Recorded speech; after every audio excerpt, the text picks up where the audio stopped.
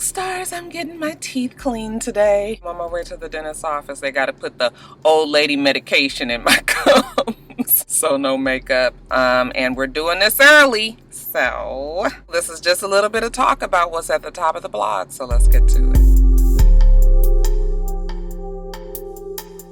All right, you guys, first up, we have to talk about the flooding in Baton Rouge, Louisiana. Louisiana has been going through it over the years. We all know about the disaster of Hurricane Katrina. They've had a few little other things happen there in between now and then, and now we're here to this huge flood where over 20 inches of rain dropped down over the weekend in Baton Rouge. So very terrible. You know, I have family there, my husband's family, and everybody says the same thing, that the floodwaters rose so quickly that nobody was able to get out. It was kind of without warning. They say that 9 people were killed in, I think, over 4 or 5 parishes, and over 20,000 people have been rescued from the water. I don't know if the rain is even done out there. I believe they say that the rain has still been falling down, but yeah, terrible for them to even though this is not New Orleans. I imagine a lot of people from New Orleans may have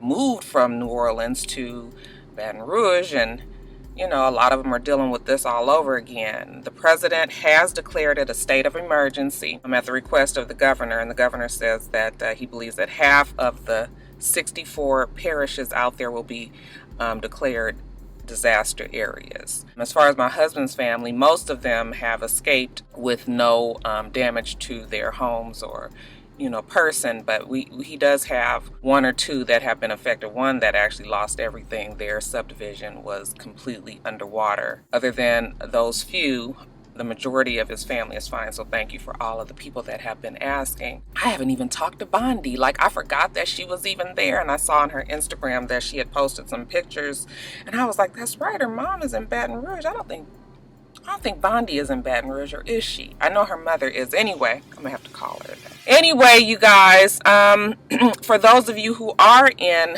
Baton Rouge, Louisiana, we are definitely sending our prayers up. I mean, I've been seeing the pictures and all the different rescue efforts, and you know, people getting back into their homes and not knowing what to expect, and those who do get back in see that their whole house is completely rearranged as the furniture just kind of floated around and landed wherever it did once the water receded. I can't even imagine. I'm so sorry for the people there that just continue to have to go through these things. I mean, the water situation in Louisiana is just a scary, scary thing. So like I said, our prayers are definitely up for the residents of Baton Rouge. We're going to continue to pray for you guys, hoping that, you know, most of those affected are, you know, have flood coverage, flood insurance. And yeah, we're just going to continue to send our prayers up, and hopefully you guys will all be able to recover and get back to normal life. Keep your head up, Baton Rouge. This story, it just happened upon me, and I'm not really clear on everything, so I need you guys to help me with it, please. These riots in Wisconsin. So evidently, 23-year-old Sylville Smith was shot and killed the other day by some police in Wisconsin, Milwaukee, I believe it was, because he had a gun in his hand and he would not put it down. Now, the body cameras on the police do show that he had this gun. They were trying to get him to put it down. He wouldn't do that. I haven't seen the video, so I don't know exactly what happens on this body cam footage. However, he was shot and killed. That, of course, sparked a huge outrage in the community, and his family and others felt that he should have been tased instead of shot, and that, you know, that sparked this riot. Now,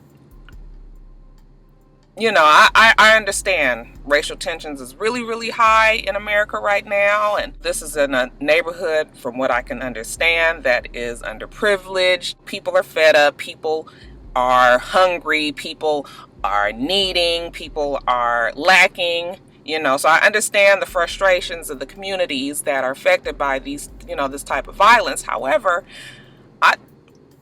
unless I'm missing something, and I might be, because like I said, I just read up on it this morning, but you know, when you have a gun and you're pointing a gun at the police, they don't tase you.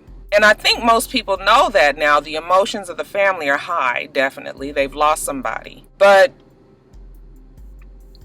I don't know if I don't understand. So I feel like I'm missing part of the story. And if I am, then you guys leave it in the comments below. But anyway, because of this shooting and killing of Mr. Smith, they have been rioting in Milwaukee. People are upset. They're saying that, you know, they should not be rioting in their own communities, that they need to move that out to the suburbs. Really, nobody needs to be rioting at all. It doesn't need to be moved around at all. I mean, you're tearing up your own communities, and we all know that riots leave complete devastation, and a lot of times in areas where they already don't care about, so they are not going to replace the things that you have destroyed. When I lived in LA and went through the last LA riots, man, it was years and years and years before them buildings stayed burned out. There was a lot of damage, a lot, and it just stayed like that until, you know, maybe these last 10 years or so, when they've really been doing a lot of rebuilding in Los Angeles. But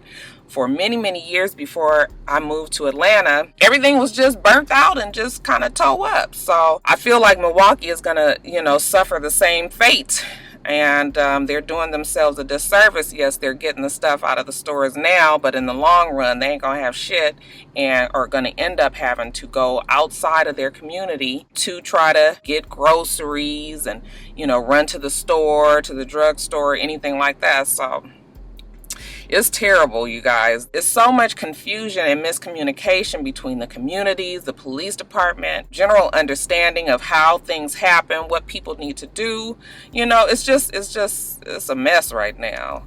I don't know what's going to happen to make it better, but yeah, you know, our prayers are up for the Smith family. Of course, they lost their 23-year-old son, brother, uncle, friend, nephew. But we're also praying that Milwaukee will stop all this and get it together, and, you know, maybe some change can come there. I'm so tired of saying it because it just don't seem like every time you turn around it's a new city. Every time you turn around it's something else. So but we're going to keep hope alive. Prayers up for Milwaukee as well. If you're anything like me, then you are interested and excited about the new movie coming out in November, Birth of a Nation, by Nate Parker. That's the director. He wrote that along with his good friend Gene Celestin. I think Celestin is the way you say his last name. It has high expectations and already is talk of Oscar nominations. That is on the horizon, and now it looks like the promise of scandal may blemish on the opening night.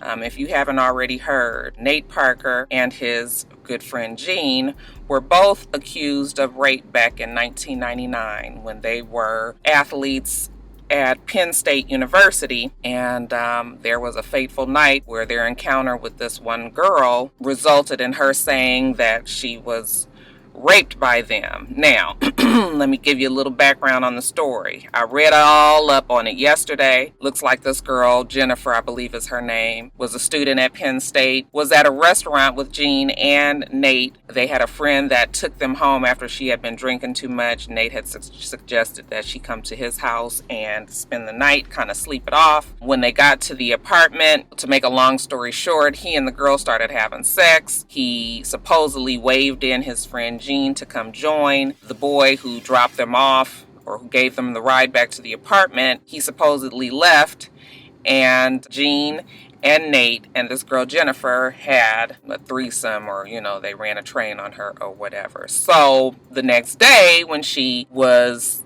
not quite all the way back to herself, but a little bit more sober than the night before, evidently Nate and the girl had sex again.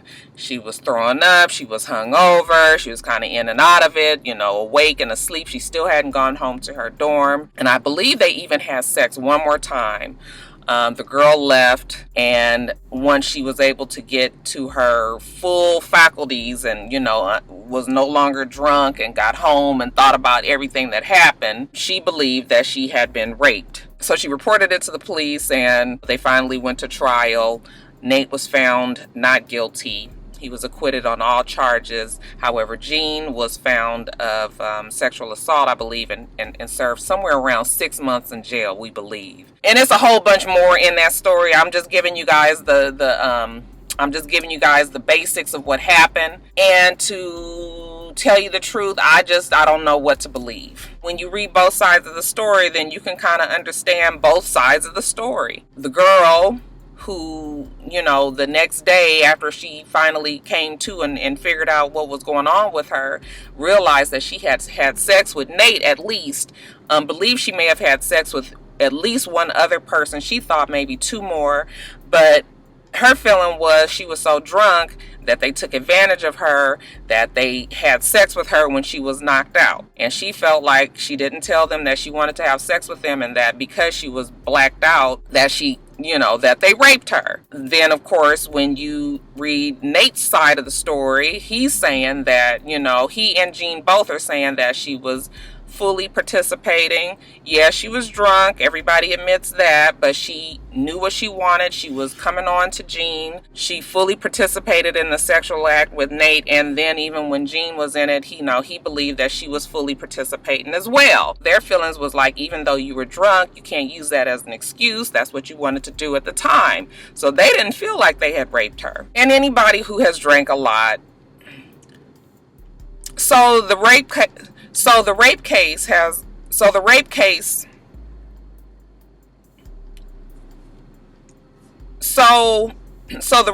even though it was years and years ago, this was in 2000, I think it was 2002 when they settled that case, and everybody moved on with their lives.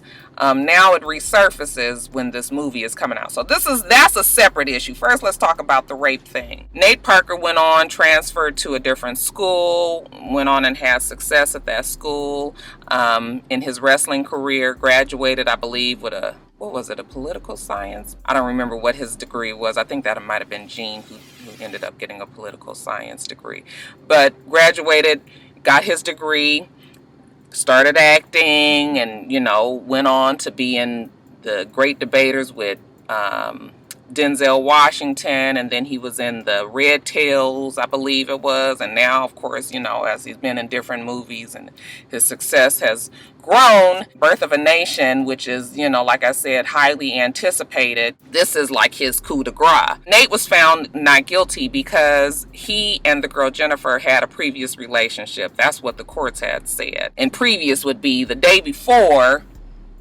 And previous would be like the week before they had met and talked, and then the day before he helped her move into her dorm room, they had an oral sex encounter. She gave him a blowjob. So the fact that they were already sexually involved before this fateful night, the courts found that they already had a relationship. And I guess maybe some signals could have been blurred or crossed or mixed, and the result was this accused rape. Jean, however, wasn't so lucky. Like I said, he was found guilty of sexual assault, and I believe they don't really know how long he was in jail, but they're saying somewhere around 6 months. The Black Student Caucus at the school fought for him to be able to get his degree from Penn State once he got out of jail. Or they wanted him to be able to graduate, to walk, before he started his jail sentence. But Penn State ended up expelling him after the court case and all of the drama that surrounded it. This is right around the same time that the molestation charges for the coach that was there, what's his name, Sandusky or something like that. So this was all going on at Penn State. So Penn State had a whole lot of turbulence going on, 99, 2000, 2001, 2002. But Jean went on to eventually get his life back on track. Here we are some 14 years later, and here we go with Birth of a Nation. And Jennifer, who they say after this rape case, life fell completely apart. She was struggling with drugs, struggling with alcohol. People were threatening her on campus to the point where she ended up dropping out. She moved all over to Florida. She had a baby. Shortly after all that happened, she had a kid, I think a year after that happened. After the case closed, I meant. But still couldn't quite get her life back on track, fell into a depression. She already suffered from depression issues. They said that she was on Prozac at the time when this rape took place. And they say that, Prozac and alcohol was a terrible mixture to begin with. But her life fell apart. and she ended up killing herself back in 2012. Some people were able to survive it, and obviously the victim was not. Now that we've got Birth of a Nation and the story has resurfaced, I'm sure Nate and Jean had to know that it was coming. They just did not know when. The story has been out. Some people said that they had already read about this a long time ago. It had been quiet. Now that it's up, I think we all know that, because this is a movie that people have deemed important and say, that it is something that everybody needs to see, now we've got this rape case, and it has not looked good for Nate Parker, and it was growing and going on so much that he finally put out a statement saying that he's not the person that he was years ago.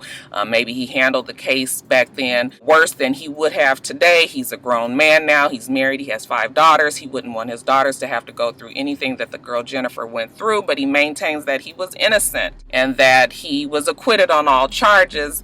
And, he was sorry that the girl went through all the things that she went through, but I think that it's a case of him just believing that she changed her mind, or she felt the next day that, after she was able to think clearly, that maybe she shouldn't have done what she did. The focus has mostly been on Nate Parker because, of course, he is the big name. I mean, nobody knows who this Gene Celestin guy is. Now you're seeing pictures of him and hearing his name more, but definitely the focus is on Nate Parker, which is unfortunate for the movie, because I always tell you guys that as Black people, we got to do things bigger and better and more, and so we can't afford to have these type of things. I'm hoping that this rape case does not derail the reception of the movie, and I don't think that it will. I think it was good that Nate Parker put out this statement, but as of now, like I said, you guys, I don't really know who to believe. Like, I just don't really know. When you read the transcripts from the phone conversations, he seems to be really trying to get her to understand that she wanted to be involved in it, and he didn't seem like he was being an asshole and any of that. He just was like, I understand, but you were involved and you really wanted to do it, and I'm sorry, and whatever you decide to do, like, what do you need from me and all of that. Now they're saying that he was just being nice because he was trying to figure out what she was trying to get out of him.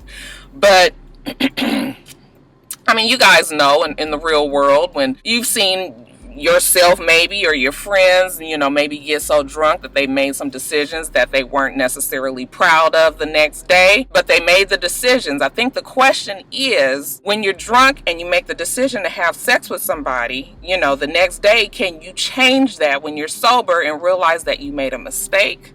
Is that really fair? Or is it that you have to accept that that's the choice that you made, drunk or not? Okay, who's able to tell where the line is drawn, where you are too drunk and somebody should be able to tell that you can't make any decisions? I mean, these are kids, these are teens. Even though they may have known that they were taking advantage of this girl, I mean, can you still call it rape when, people get drunk all the time and have sex all the time? So I don't know. And then she may have been so just completely out of it and they took advantage of her. I mean, that definitely happens, okay? There's one account where the guy who dropped them off, there was some discrepancy in whether or not he actually saw them having sex or if he just dropped them off. Nate said that he just dropped them off at the apartment.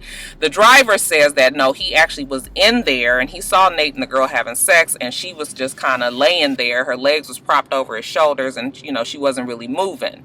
Okay, but sometimes when you're on the bottom and you're having sex, I mean, how much movement do you do? Well, I mean, you can do but she was drunk. She probably wasn't going to be moving too much anyway, but the guy couldn't see her face, so he didn't really know if she was with it or not. It's unfortunate that this has come out with. I'm still very eager to see the movie, and I will go see the movie. Nate Parker was not found guilty, so I'm gonna go by that.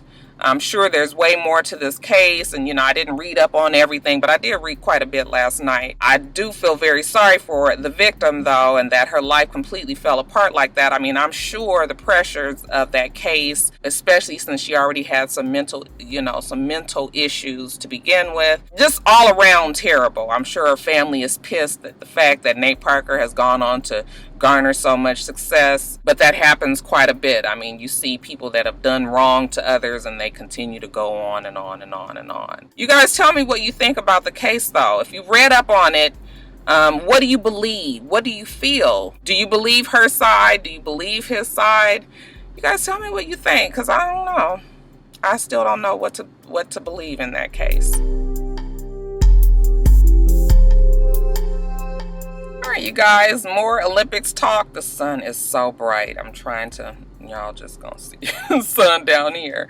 It's been a lot of wins for the black girls. Y'all gonna get the right on fist here. Our black girls, we are doing the damn thing in the Olympics. Of course, Simone Biles have won more gold since I've seen you. There's been some swimming gold by the other Simone and the other black girl. There's, you know, people in track and field. The shot put, or the long jump. The 3 black girls that won yesterday in the 100 meters hurdles, which I watched. What were their names? I didn't write their names down, but I watched it, you guys, and it was good to see. Everybody was so freaking close. I just knew that, you know, it was going to be 2 Americans and maybe 1 from somewhere else, but nope, all 3 Americans. Gold, silver, and bronze. So congratulations to them. Yeah, we've really made a statement in these Olympics. The Olympics haven't gone on, though, without some scandal. This new thing, diving over the finish line in track and field. So we saw the men were running first, and we saw a guy do it. I don't know where he was from. I want to say, was he Czech or was he Russian?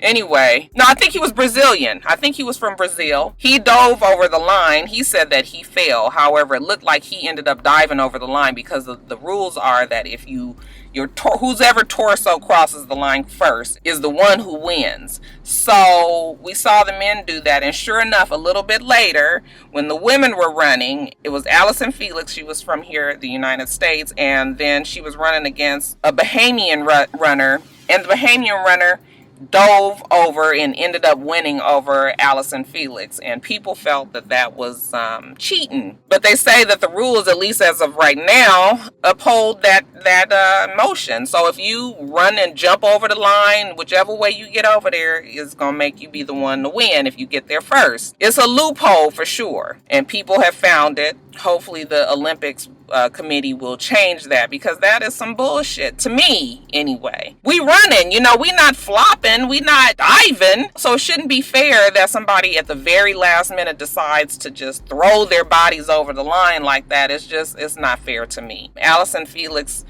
because she's such a good sport, you know, she went on to thank everybody for the support, and she's already grateful for being there and for what she's already accomplished. So she handled it with grace.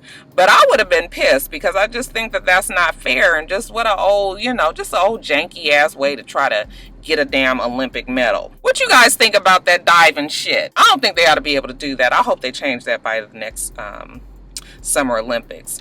And then we also have people mad at Ellen for the meme of her on, you know, Usain Bolt's back, and people saying that it was racist. I saw the damn meme.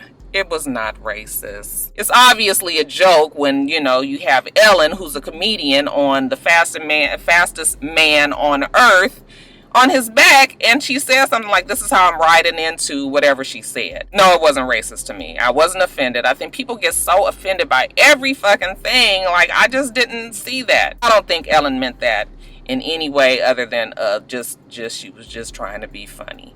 But Black Twitter gave her the blues. But it's okay, Ellen, we know what you meant. And then lastly, this whole Ryan Lochte robbery.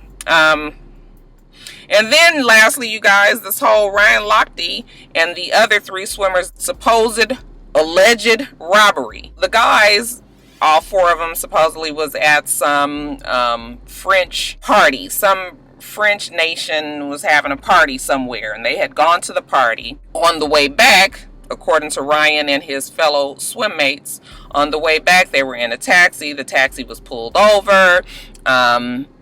Some men dressed as police officers but didn't have, you know, lights or anything. They walked up to the car, you know, made them get out the car, made them get on the ground, took their wallets, their money, but didn't take their watches or their cell phones, put the gun to Ryan Lochte's forehead. And yeah, supposedly they had some terrible night out in the town of Rio, which kept them out very late, and they got back to Olympic Village the next morning. And yeah, they first didn't report the robbery, but then they decided to report it. At first they didn't report the robbery because they felt like they were going to get in trouble. Then they decided to go on ahead and report it. And since they have, it's just been a big old mess. Okay, the judge, after reading over the transcripts and reading over the testimony of the 4 that were involved, she felt there were some discrepancies. Ryan said it was one gunman. One of the other swimmers said that it were a few gunmen. Ryan said that the gun was held to his forehead, then he changed it to, the guy just pointed it in his direction. At one time, they said that they were pulled over. At another time, now Ryan Lochte is saying they were actually walking up to their taxi and their taxi driver wouldn't take off. And that's when these guys came up and robbed them. Okay. And then the judge also said the surveillance cameras of them when they were getting back to the Olympics Village shows that, when they're going through the metal detectors, that they're laughing, that they're having a good time. Nobody looks stressed like they just got robbed at gunpoint with a damn gun to their forehead. So the judge is just like, something else is going on here. It does sound like something else is going on here, but I can't figure out what. Like, why would you lie? What the hell were they doing? When they were out and got home at 6 o'clock in the fucking morning, what were you guys doing that you had to come up with a story with a robbery? None of that does make sense. When I saw that video, I was like, yeah, they don't look like that. Because if somebody holds a gun to your head and you're not, if you ain't with that life to begin with, I would imagine that would stress you the fuck out, right? Okay, so the judge is just like, yeah, something else is going on here. This shit is fishy. So she tried to stop them from leaving Rio. Ryan had already left. 2 were trying to leave, and the Rio officials, honey, got on that plane and pulled them right on off. And then the last one, they believe, was already still in Rio and just decided he wasn't going to leave. So I feel like it's going to be more stories to come out of this. Okay, Ryan is here in the U.S. and he's saying, he gave them all the information. He told them he would cooperate and everything, but he always planned to leave and he got out of there. The other 3 weren't so lucky. So they're stuck there in Rio. Something tells me they're going to put the pressure on them 3 and get the true story out of it, because some shit is fishy there. And I'm just like, you ain't got to lie to kick it. I hope they wasn't doing some illegal shit. I hope it ain't got no women involved and they out here, we gonna get some other kind of, rape or, they done did some other shit. So, but it's gonna be something. We're going to keep our eye on it. I guess they can't get Ryan back there. I mean, once he's gone, he's gone. But yeah, I think we're going to keep our eye. It's going to be more out of that case for sure.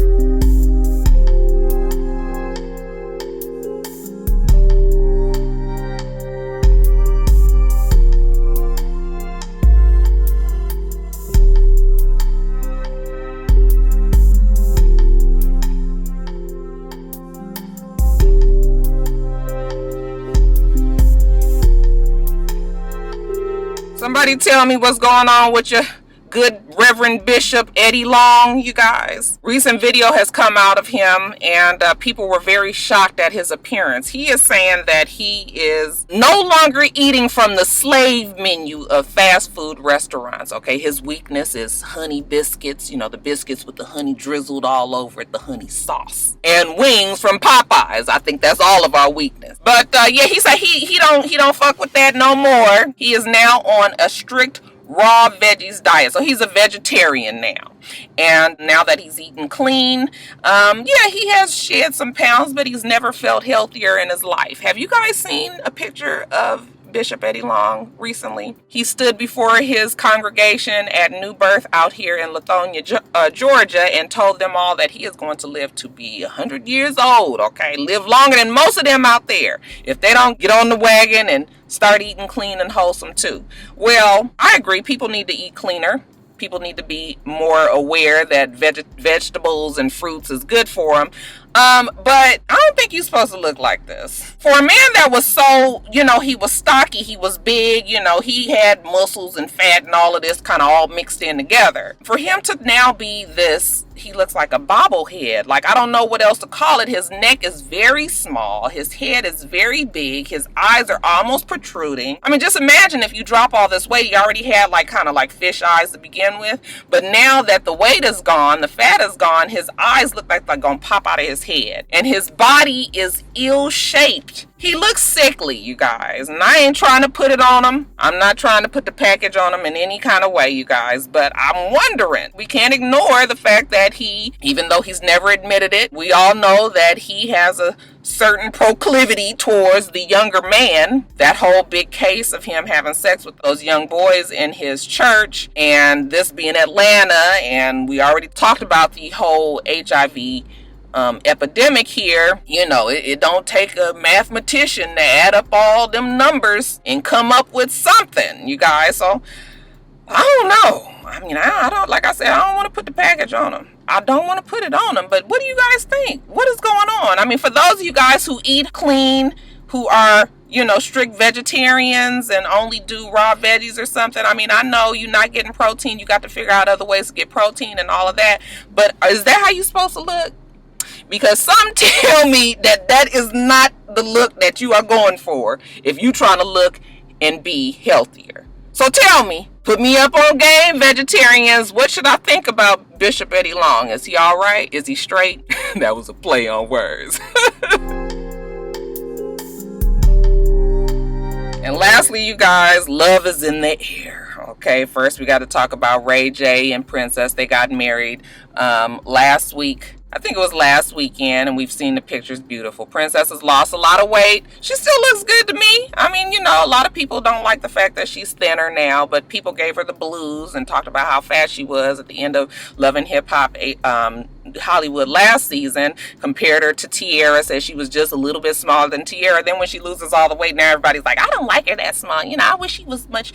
It's just like, fuck. Y'all the reason why the girl probably lost all that fucking weight. I thought she was fine the way she was. I always thought that she was a very pretty girl. So she's lost weight. She doesn't look any different to me other than she's lost, I think she said she lost somewhere around 40 pounds, okay, since last season.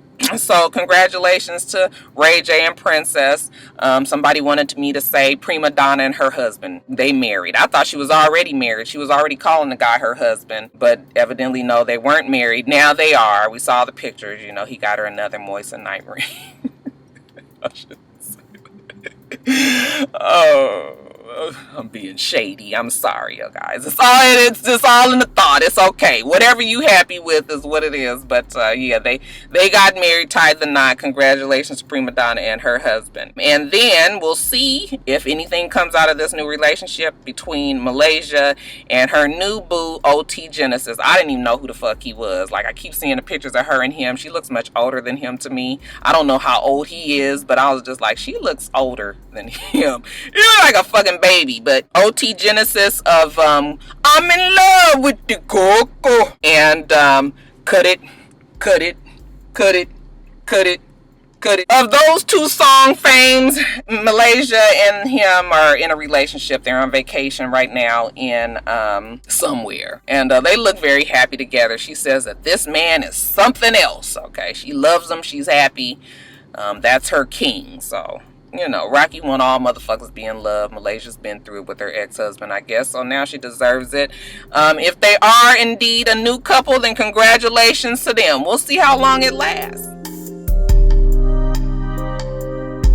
All right, you guys, let me get off of here, get to this dentist, and then get on to work. Okay, we do this every single week. Make sure that you rate, comment, and subscribe, and make sure you come back.